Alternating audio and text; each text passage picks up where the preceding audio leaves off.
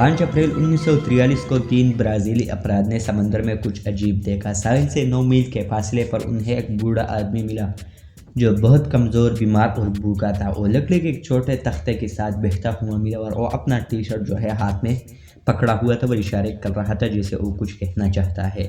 اس کی حالت بہت خراب تھی لیکن پھر بھی وہ زندہ رہنے کی کوشش کر رہا تھا۔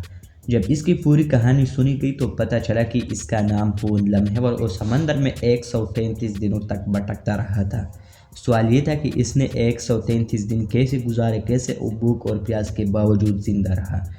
پون لم 8 مارچ 1918 کو نون جزیرے جنوبی وسطی چین میں پیدا ہوا تھا اور اس وقت دنیا جنگ عظیم کی تباہی میں مبتلا تھی اور فلو کی وبا نے بھی دنیا کو اپنی لپیٹ میں لے رکھا تھا۔ لیکن پون لم اور اس کا خاندان ابھی تک محفوظ تھا اور ایک پرامن زندگی گزار رہے تھے۔ ہر روز وہ بابو کے جزیرے کے قریب مچھلیاں پکڑنے جاتے تھے، مگر بدقسمتی سے 1920 میں جاپان نے چین پر قبضہ کرنے کی کوشش کی، جس سے اس کے خاندان کے لیے کافی مشکلات پیدا ہوئی۔ پون لم کے والد کو یہ ڈر تھا کہ اس کے بیٹوں کو زبردستی فوج میں بھرتی کیا جائے گا اور دشمن سے لڑنے کے لیے بھیجا جائے گا۔ اس خطرے کو مد نظر رکھتے ہوئے اس نے اپنے خاندان کو ملیشیا منتقل کر دیا گیا، جہاں انہیں دوبارہ ایک اچھی زندگی مل گئی، مگر پون لم اس پرامن زندگی سے مطمئن نہیں تھا۔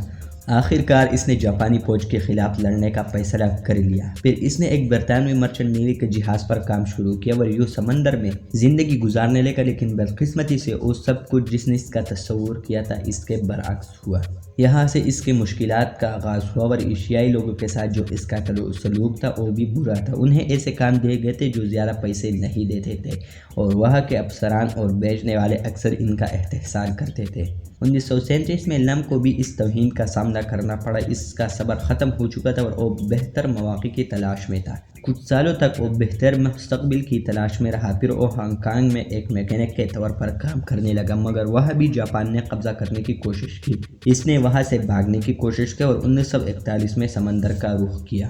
چند سالوں کے دوران جاپان نے کئی حملے کیے اور وہ ہمیشہ بچ نکلتا۔ آخرکار اسے 420 فٹ لمبا اور 5400 ٹن وزنی ایک ٹرانسپورٹ جہاز بنالومین پر کام مل گیا۔ یہ جہاز 1942 میں تیار کیا گیا تھا اور روزانہ مختلف سامان کی منتقلی کے لیے کام آتا تھا۔ 23 نومبر 1942 کو یہ جہاز جنوبی افریقہ کے کیپ ٹاؤن سے سربیا کے لیے روانہ ہوا۔ یہ سفر 2 ہفتے کے تھا اور وہاں سے 1500 میل دور نیو یارک پہنچنا تھا۔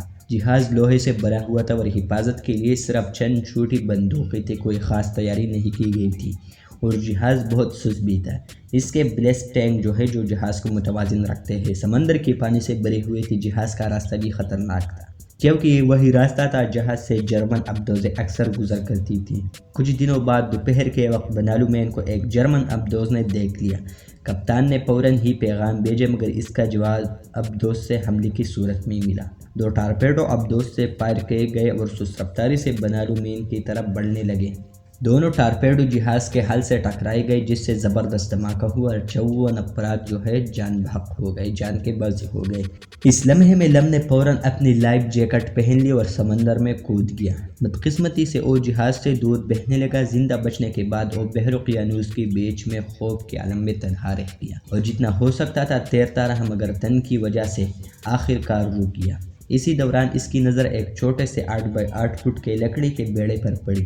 وہ پوری طور پر اس پر چڑھ گیا، جو اس وقت اس کے لیے محفوظ لگ رہا تھا۔ رات کے وقت وہاں کوئی خطرہ نہیں تھا، لیکن وہ نہیں جانتا تھا کہ وہ کہاں جا رہا ہے۔ سب سے قریبی خشکی جو نظر آ رہی تھی وہ جنوب میں 250 میل دور تھی۔ سمندر کے پانی نے بیڑے کو بھگونا شروع کر دیا تھا اور شمال کی طرف بہنے لگا تھا، جہاں برازیل تقریباً 500 میل کے فاصلے پر تھا۔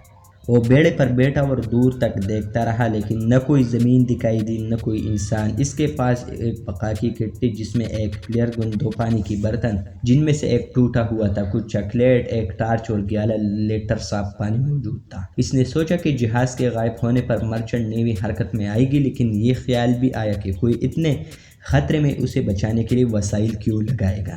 اس کے پاس بچپن سے تربیت یافتہ چھری تھی جس کی مدد سے اس نے سمندر کی مچھلیوں کو شکار کرنے کا منصوبہ بنایا۔ اس نے تانبے کے تار سے ایک ہتھیار بنایا جس میں بسکٹ کا آگ رکھا۔ کچھ ہی وقت میں اس نے پہلی مچھلی مل گئی۔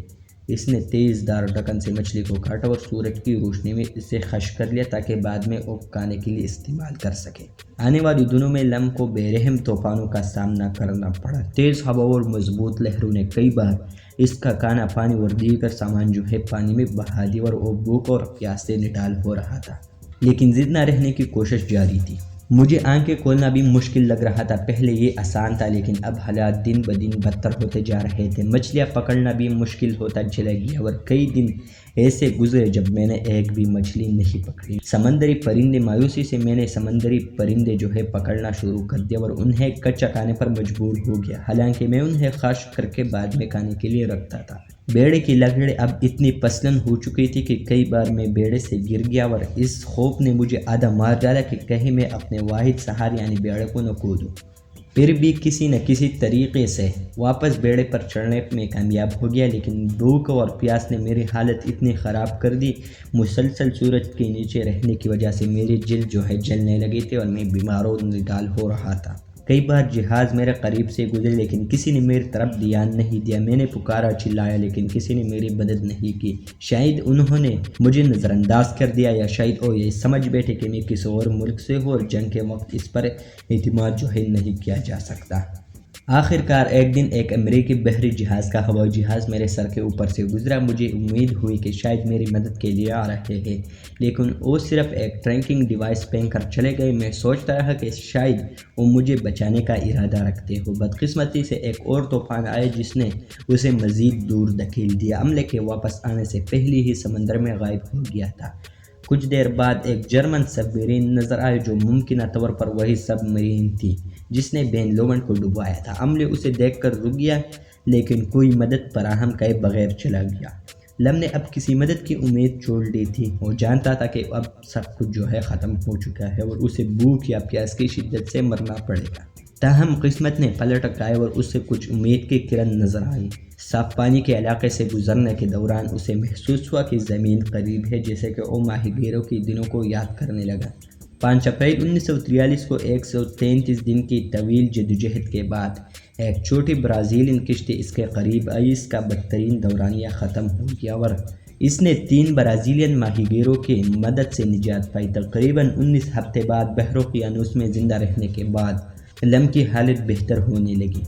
1 ماہ کے آرام اور علاج کے بعد وہ برازیل واپس گیا جہاں ڈاکٹروں نے اس کی حالت کو بہتر قرار دیا۔ اس کی کہانی دنیا بھر میں مشہور ہوئی اور اس نے 1943 میں لندن کا دورہ کیا۔